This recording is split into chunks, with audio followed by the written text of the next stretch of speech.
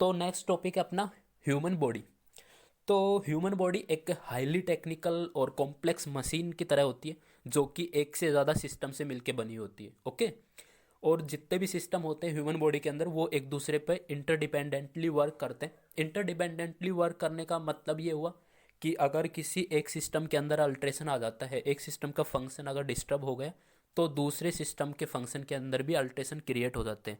मतलब ये हुआ कि एक सिस्टम का जो फंक्शन होते हैं उनका असर दूसरे सिस्टम पे होता है, दूसरे का तीसरे पे होता है। इस तरीके से ये एक दूसरे पे मिल के काम करते हैं और कंप्लीट ह्यूमन बॉडी चलती है इस तरीके से। ओके।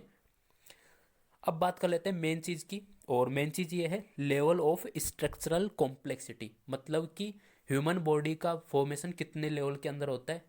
इसका मतलब ये हुआ कि कंप्लीट ह्यूमन बॉडी किस तरीके से बनती है, इसके बारे में अपन डिस्कस करेंगे। ओके।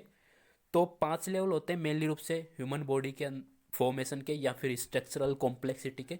तो फर्स्ट लेवल है केमिकल लेवल, सेकंड है सेलुलर लेवल, थर्ड है टिश्यू लेवल, फोर्थ है ऑर्गन लेवल एंड लास्ट है सिस्टम लेवल। और उसके बाद एक ह्यूमन बॉडी बन के तैयार हो जाती है। ओके।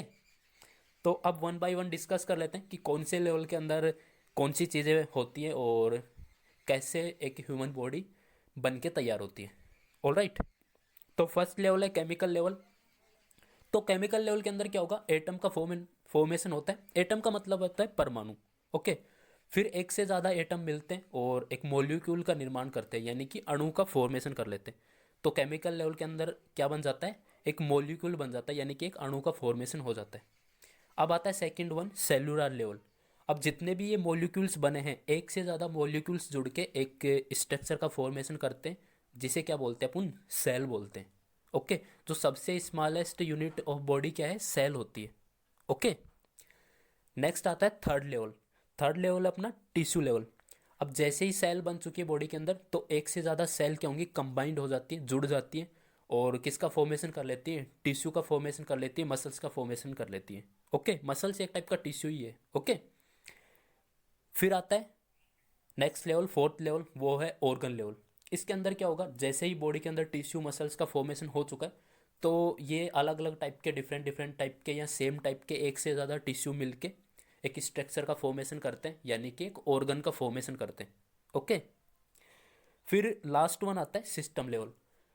सिस्टम लेवल के अंदर क्या होगा, अब ऑर्गन बन चुके हैं कंप्लीट, तो एक से ज़्यादा ऑर्गन जुड़ेंगे और एक सिस्टम का फॉर्मेशन कर लेंगे। लेट सपोज कि डाइजेस्टिव सिस्टम है, तो उसके अंदर क्या होता है, माउथ होता है, फेरिंग्स होता है, इसोफेगस होता है, स्टोमक होता है, इंटेस्टाइन होती है, रेक्टम होता है और एनस होता है। तो ये सारे ऑर्गन मिलके डाइजेस्टिव सिस्टम का फॉर्मेशन करते हैं, जुड़ जाते हैं और एक सिस्टम बना लेते हैं। इसे क्या बोल देते हैं, डाइजेस्टिव सिस्टम बोल देते हैं। और इसी तरीके से बॉडी के अंदर अलग अलग टाइप के सिस्टम का फॉर्मेशन हो जाता है। और वो कैसे होता है, अलग अलग टाइप के ऑर्गन्स जुड़ के बनाते हैं। अब जैसे ही बॉडी के अंदर सिस्टम बन गए, अब एक से ज़्यादा सिस्टम बन जाते हैं, वो सारे जुड़ जाते हैं, तो एक स्ट्रक्चर बनती है, उसे ही क्या बोलते हैं, ह्यूमन बॉडी बोलते हैं। और इस तरीके से एक ह्यूमन बॉडी का फॉर्मेशन होता है। ओके। अब अपन बात करेंगे नेक्स्ट टॉपिक की।